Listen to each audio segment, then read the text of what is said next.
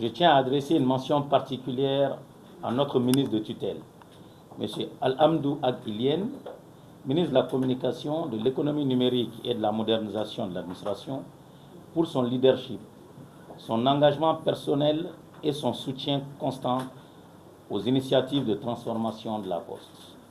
Sous son impulsion, un important travail de réflexion stratégique a été conduit afin de doter notre entreprise d'une vision claire de son développement à travers un plan de relance structuré, réaliste et orienté vers les besoins des usagers.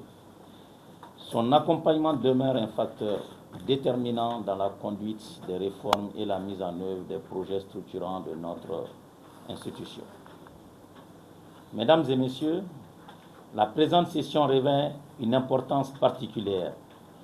puisqu'elle intervient à la suite du renouvellement du conseil d'administration dont les membres ont été nommés par décret en date du 19 mai 2025. Je voudrais adresser mes chaleureuses félicitations aux administrateurs nouvellement nommés et souhaiter à l'ensemble des membres du conseil un mandat fructueux placé sous le signe de l'engagement, de la responsabilité et du service de l'intérêt général. Comme vous le savez, la Poste évolue dans un environnement marqué par des profondes mutations technologiques et économiques qui imposent une adaptation permanente de nos modes d'organisation et de nos offres de services. Dans ce contexte, notre entreprise poursuit résolument la mise en œuvre de son plan de relance avec pour objectif le renforcement de sa gouvernance,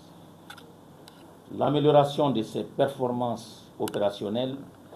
le développement de nouveaux services et la consolidation de son rôle dans l'inclusion sociale, financière et numérique de nos populations.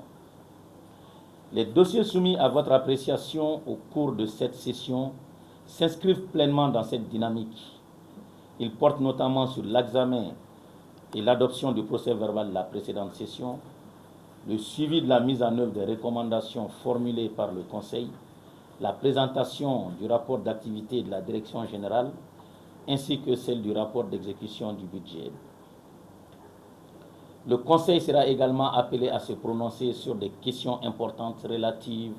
à l'organisation et à la gouvernance de l'entreprise, notamment à travers l'examen du projet d'organisation révisé, du projet d'organigramme révisé, intégrant les recommandations formulées par le bureau du vérificateur général. Cette session constituera également une occasion privilégiée d'échanger sur les principaux défis auxquels notre entreprise demeure confrontée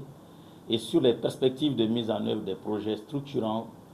inscrits dans le cadre du plan de relance, notamment dans les domaines de la transformation numérique, du développement des services financiers postaux, de la modernisation des services postaux et du renforcement de nos outils de gestion. Je demeure convaincu que la qualité des échanges, la pertinence des orientations qui seront retenues,